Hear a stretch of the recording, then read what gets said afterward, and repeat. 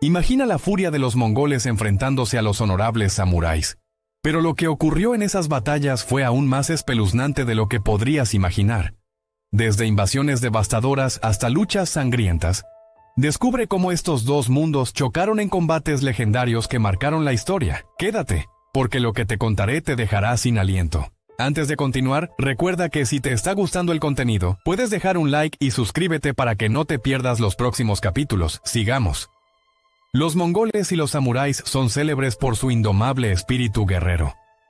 Mientras que los mongoles son a menudo criticados por sus despiadadas y rigurosas estrategias bélicas, que frecuentemente implicaban la aniquilación de ciudades enteras, su brillantez táctica en el campo de batalla es indiscutible. Por otro lado, los samuráis son reconocidos como guerreros de disciplina estoica, regidos por un estricto código de conducta y virtudes. Ambos han dejado una huella indeleble en la historia a través de sus éxitos militares. Entonces, ¿qué ocurrió cuando estas dos naciones guerreras, temidas y respetadas, se encontraron en el campo de batalla? Hoy exploramos el momento en que los mongoles se enfrentaron a un samurái en dos ocasiones. Se recomienda discreción al espectador, ya que algunas partes del video pueden resultar ofensivas o perturbadoras. Nosotros, los creadores de este video, no apoyamos ni aprobamos las acciones de los sujetos que aparecen.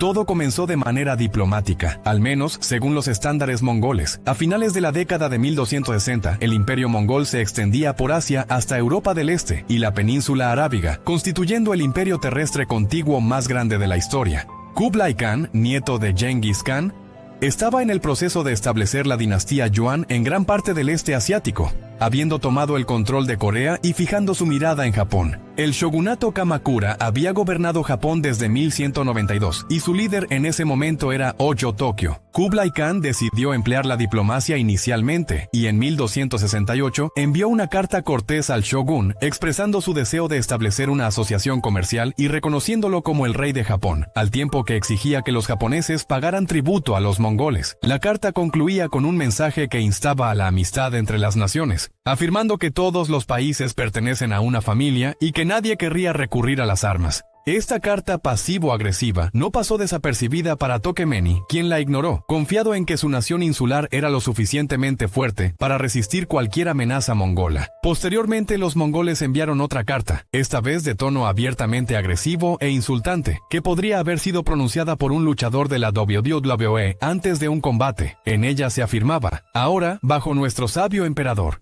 todos bajo la luz del sol y la luna son sus súbditos. Pequeños bárbaros estúpidos, ¿se atreven a desafiarnos al no someterse? Nuevamente los japoneses desestimaron la carta. Kublai se encontraba furioso.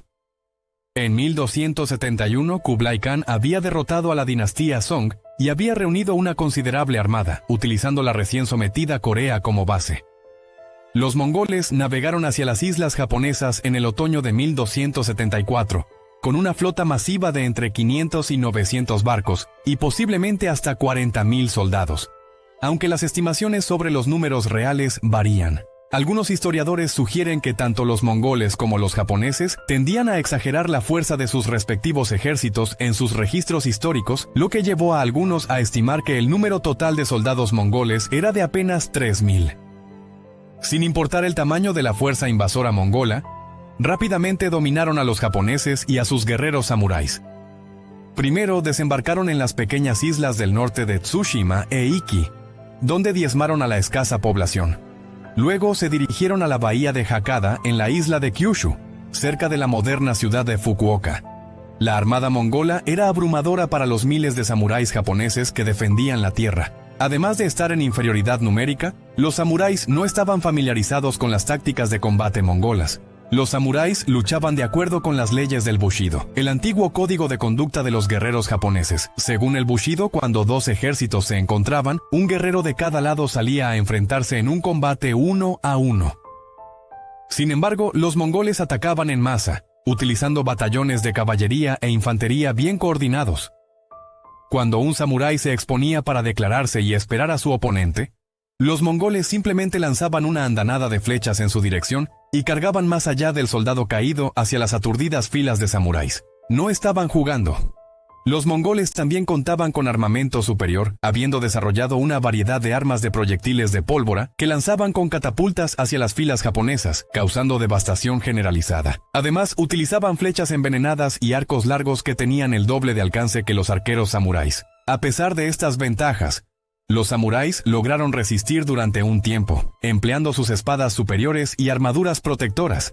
Gran parte de lo que ahora sabemos sobre la batalla de Brunei, como se conoce este primer enfrentamiento entre los samuráis y los mongoles, fue documentado por un samurái japonés llamado Takasaki Tsunaga en su relato. Los samuráis, rotos pero no vencidos, lograron retirarse a un lugar seguro durante la noche. Una intensa lluvia y un fuerte viento comenzaron a azotar la costa. Preocupados por la posibilidad de que sus barcos se encallaran, los mongoles se retiraron a aguas abiertas. Este fue su mayor error, ya que fueron golpeados por un enorme tifón, y según algunos relatos, más de un tercio de los barcos mongoles se hundieron en el fondo del Pacífico, junto con aproximadamente 13,000 tropas. Los vientos kamikaze, considerados divinos, impactaron el evento, que pasó a la historia en la leyenda japonesa, mitificada hasta el punto en que resulta difícil discernir el mito de la realidad. En cualquier caso, los mongoles se vieron obligados a retirarse a Corea, donde se reagruparían para un nuevo intento unos años más tarde. Tras ser arrastrados de nuevo por los vientos kamikaze, hubo un interludio antes de que decidieran invadir nuevamente en 1281. Durante este periodo,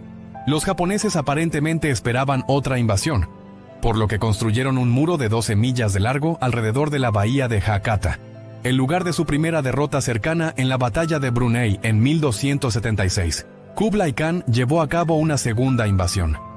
En 1281, los mongoles partieron nuevamente hacia la península de Corea. Esta vez contaban con aún más barcos, más de 4,000, y según algunos relatos, hasta 140,000 soldados, pero los japoneses estaban preparados. Habían reunido un ejército de casi 40,000. Sus muros defensivos alrededor de la bahía de Hakata estaban bien fortificados. Estaban listos cuando los mongoles entraron en la bahía por segunda vez. La batalla fue más equilibrada. La armada mongol aún esperaba la llegada de su flota principal, pero mientras tanto atacaron de todos modos. Los mongoles no lograron atravesar las murallas, aunque los samuráis se escabullían en pequeñas embarcaciones en mitad de la noche, amparados por la oscuridad, y prendían fuego a muchos barcos mongoles. Finalmente llegaron los refuerzos mongoles. Los japoneses se enfrentaban a un ejército invasor que era más de 3 veces más grande que el suyo, y la derrota parecía inminente, pero entonces los japoneses fueron salvados por segunda vez por los vientos divinos. Otro tifón atravesó la isla. Al final, solo unos pocos cientos de barcos lograron mantenerse a flote. La armada del Khan fue destruida. Los samuráis rescataron a todos los supervivientes que lograron llegar a tierra. Los mongoles se vieron obligados una vez más a huir con el rabo entre las piernas, víctimas de la ira de los dioses. Así lo percibían los japoneses. Los 2 vientos kamikaze que soplaron y salvaron a los japoneses de los mongoles alcanzaron un estatus legendario en Japón. Los guerreros obtendrían fuerza de esta historia durante los siglos venideros. El imperio mongol se fragmentaría durante el siglo siguiente, pero los shogunatos japoneses persistirían durante cientos de años. Una gran parte de la mentalidad samurái era el bushido, su código de conducta al que hemos aludido anteriormente. El bushido era mucho más que tácticas de campo de batalla. Constituía un marco completo sobre cómo debía vivir un samurái. Valores como la frugalidad, la rectitud, el coraje, la benevolencia, el respeto, la sinceridad, el honor, la lealtad y el autocontrol eran venerados. El budismo era la religión predominante en ese momento. Aunque el bushido se consideraba un marco ético, no se consideraba generalmente religioso. Los samuráis creían que estaban condenados a la versión japonesa del infierno, llamada Jigoku, debido a su entrenamiento para luchar y eliminar a quienes se les oponían. Lo que se desarrolló fue un estado mental muy budista, en el que se decía que los samuráis no temían a la muerte. Superar el miedo a la muerte es una práctica muy característica del budismo zen. Los samuráis lo denominaban el escudo divino.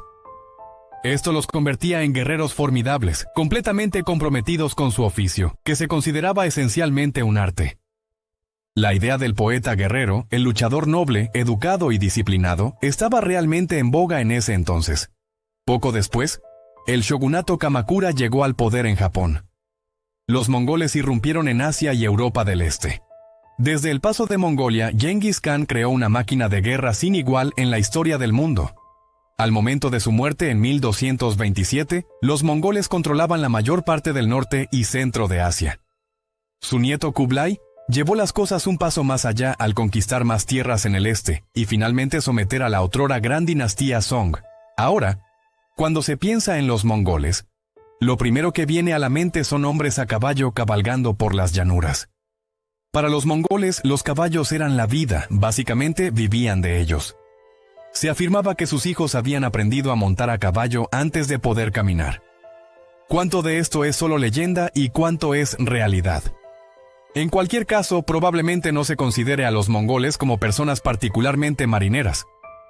Cuando Kublai conquistó la dinastía Song, también adquirió el control de su impresionante flota naval, que, combinada con su posterior subyugación de Corea, les otorgó quizás la armada más poderosa del mundo en ese momento. Muchos generales y marineros de Song y Corea terminaron uniéndose a los mongoles. Los mongoles eran muy hábiles en lograr que aquellos a quienes conquistaban se integraran a su causa, eran tolerantes en cuestiones religiosas y comprendieron la utilidad de incorporar a la población de las regiones que conquistaban en su sociedad.